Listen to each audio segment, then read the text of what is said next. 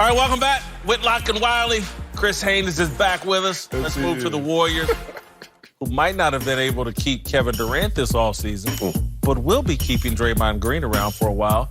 Handing Draymond a 4-year, $100 million contract extension. Green has long been the heart and soul of the Warriors, but is coming off a down year where he was out of shape and got into a major public spat with Kevin Durant.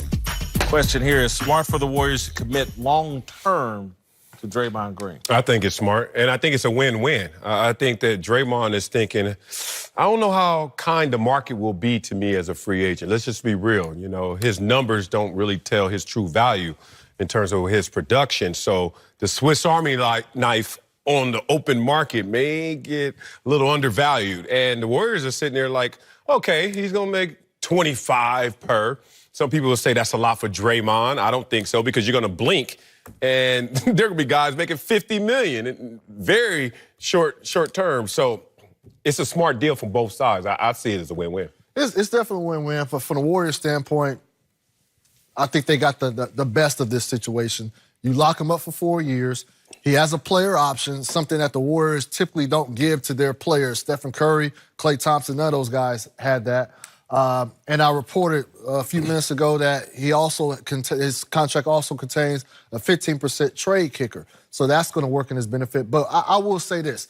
There are some... Plain trade kicker. Now, he will get 15% of his contract if he is traded to another team. So that makes it difficult for the team to want to go and pay trade. raise. Yeah. Huh? So also, when it comes to Draymond, there are players who are going to be free agents next summer who look at this situation and say, hey, man, you know, he's settled because he could have got $150 max deal from another team had he hit free agency, $200 if he stayed with Golden State. And so they're looking at it like it's setting the market for me. So if I'm playing a similar position, I might even be better than Draymond, but now his contract is setting the market for me next summer. So they're not feeling it. But for him, it's a win-win. They need him to keep this nucleus together, to keep the championship contending team intact.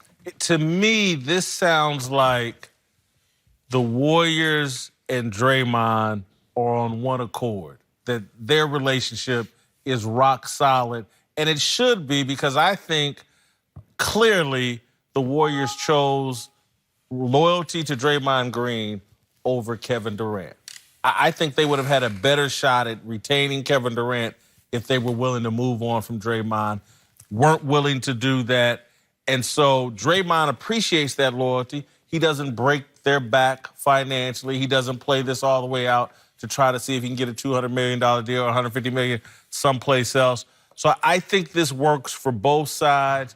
I think this is the one organization where Draymond, 2 or 3 years from now, he's going to always make sense for the Golden State Warriors because of Klay and Steph will be there. He's got to be their backbone. He's got to be their bodyguard, their doorman.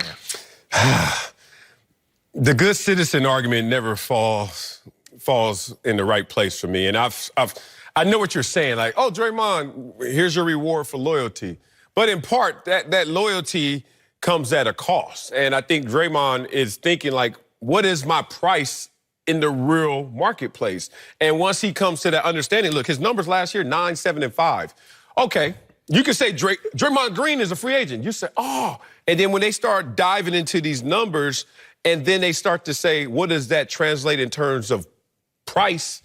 That's where I think Draymond and Rich Paul's smart. Rich Paul's like, Draymond, let's be real about this. And this may hurt a little, but do you really want to roll the dice out there? Now, look, there's arguments on both sides. Numbers going to be a lot different this coming year with no Kevin Durant. Oh, yeah. But then that's still a roll of the dice because then you could get injured. If he's injured like Klay Thompson and Kevin Durant, is he getting a $100 million contract? Draymond. Like, that's a whole different animal because you don't have anything to bank on in terms of his absurd production. You got a guy who does it all, but he's a jack of all trades, not a king of one. And I think that Rich Paul and him said, look, this is $100 million to you, guaranteed no matter what happens going forward.